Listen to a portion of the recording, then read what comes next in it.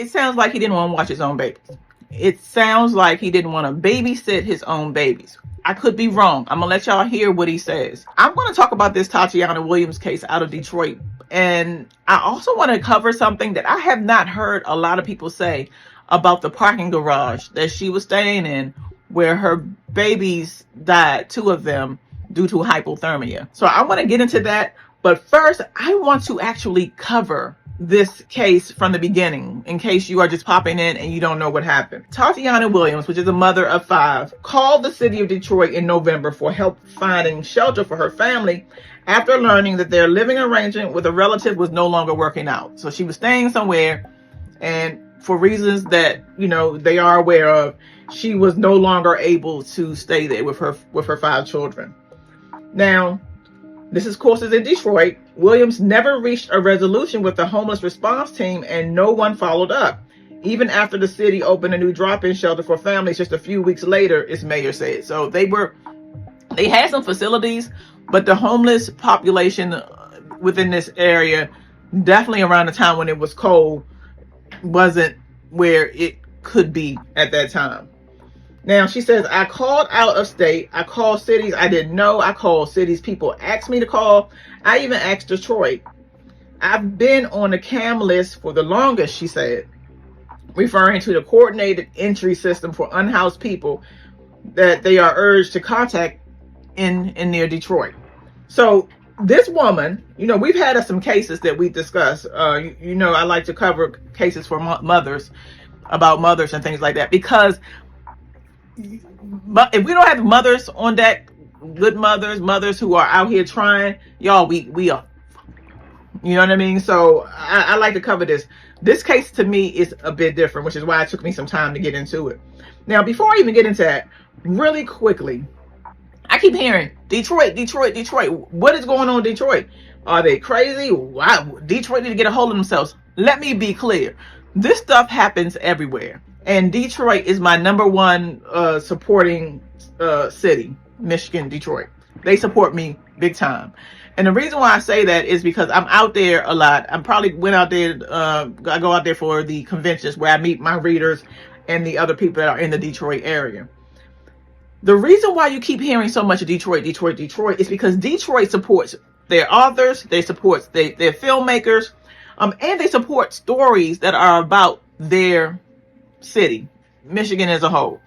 If it's out there, they want to hear about it. And so you are going to hear about it when a population is driving that much attention. I covered a case in Indianapolis earlier this week.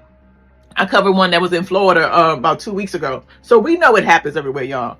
Come on, y'all. In the Baltimore area, that's one of my second homes. I'm from DC. It happens in DC. It happens all over the place. But the reason why you keep hearing Detroit is because they want to know and they care about their city. So I just wanted to say that. Now, early morning, Williams parked inside of the Hollywood Casino garage, and temperatures were in the teens. But she said her children had blankets and beds to stay warm. At some point, y'all, the battery died in the car. Okay, if you're not familiar, the battery died, and she was on the 9th level, so she was on a higher level. On Monday afternoon, while trying to get the van jumped by a family member, she realized that her 9-year-old son was not breathing, and a family member took the boy to the hospital, but it was too late. He unfortunately lost his life. While Williams was there, her 2-year-old daughter was found not breathing. Okay, because she had all 5 of her kids with her. This caused a lot of controversy. Immediately, people started speculating and saying what possibly could have happened and things like that. So it got a lot of attention because, like I said, it's Detroit. And Detroit cares about its community, and they care about what's going on with the family. I mean, with their families and their stories and, you know, things like that. Now, after this happened, she did a GoFundMe. And a GoFundMe was created, and she was reported as saying that everybody wants to help after I lost 2 kids. She's kind of confused. She's not saying she doesn't appreciate the support, but what she's saying is she tried to do what was necessary. This is why this is not, to me, a mother monster case. This is a woman that's overwhelmed. We can get into a whole bunch of speculation with how could she have had 5 children and things like that. We need more education. We need people to start using their pull-out game. Pull-out games have been weak. And so if you don't want kids, or you're not able to, we really need to bring back the art of a pullout game. You know, when I was coming up, the pullout game needed to be in effect. Especially if you're not wearing no protection. Let's just keep it real. We're not going to talk. What are we doing, right, y'all?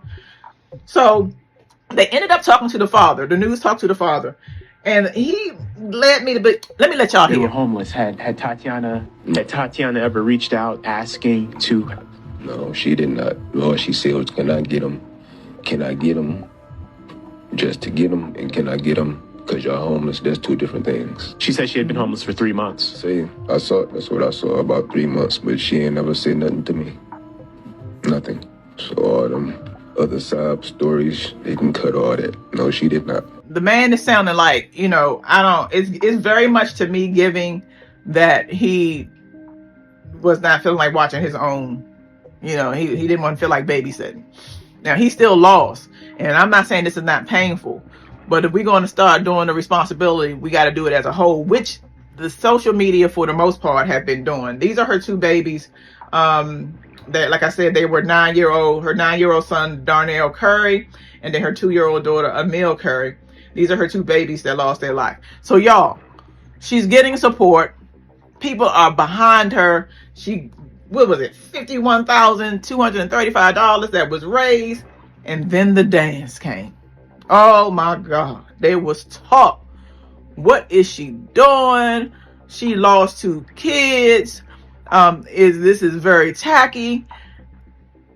If it happened to me, I would probably be up under my house. Meaning that I am not going to be able to function having just lost 2 children. But when you are in this type of situation, especially when you are used to some sort of struggle and it's just all the time, you begin to adapt. If you're hanging out with your family and having a good time, then you're hanging out with your family and you're having a good time. You know, if anything, I blame the camera person, because we don't know how long it took her to get to that point. They may have kept saying, "Hey, come on, let's dance. You know, you need to dance and you need to, move," man, because she was sad. And then when she do it, it gets out there, and then now we looking at her. So I have some thoughts about this. However, I believe that people grieve differently.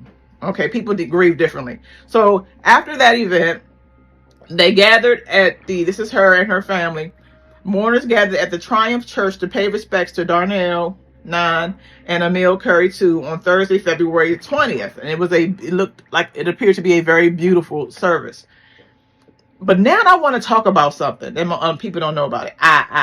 Should be only one eye. Toy, only one eye. Let me take my thing and then take that out. I know people are shocked about sleeping in the casino, with the parking lot, the garage. But this isn't very uncommon, y'all. I want to show y'all a search history really quickly while I'm talking. I am big on the van life community.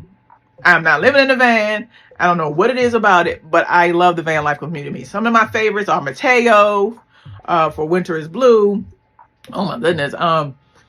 Nomadic Life. She does it on the upper scale. Matter of fact, I don't even think she's living in her van anymore. For the most part, she's just all over. I used to watch Anthony from the FOA. So I am big in the van life community. I watch them and I see how they do it. Casino parking is popular. The reason why staying in a casino parking lot or garage is kind of popular is because when you're staying in the van and you're sleeping, they don't want to get what they call the knock. The knock is what happens when the police come and say, "Hey, what are you doing? You don't need to be here." And then you end up having to get up and move. It's very stressful to be already sleeping in your van and then possibly getting their knocks. Now, there's different levels of this van life. There are people who have sold their houses, like the Nomadic Life, where she was able to sell her house and then really invest by getting a nice mobile van home, to be able to go into this lifestyle. It's big money, and it actually sometimes is glamorized too. People often don't realize, like Tateona, but she probably had no choice, that you can do it Maybe not with 5 unless you get a bigger home, but it still costs money. In other words, if the van shut off, which we know that it did, she probably was running the car. Van lifers normally have a generator going and some kind of heating mechanism inside of the car. But this woman is already unhoused. And I'm thinking about this, and people probably say, no, I want to hear what y'all think.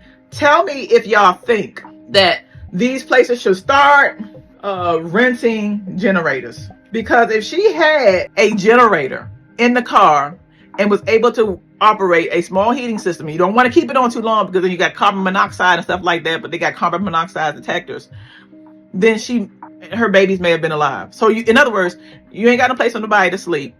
Can we get some kind of generator system going specifically in the winter months, where people don't have to worry about losing their lives? Okay. This particular woman, as far as I'm concerned right now, did all she could. I have had to sleep in my car before when I was in my teens and my 20s. You know, a lot of us know folks who had to have slept in their car. Short of busting in some kind of house that got heat because it's still cold, what could she have done? I want to hear your comments. Come in my comments. Let me know if you're feeling me. If you still say no, let's talk.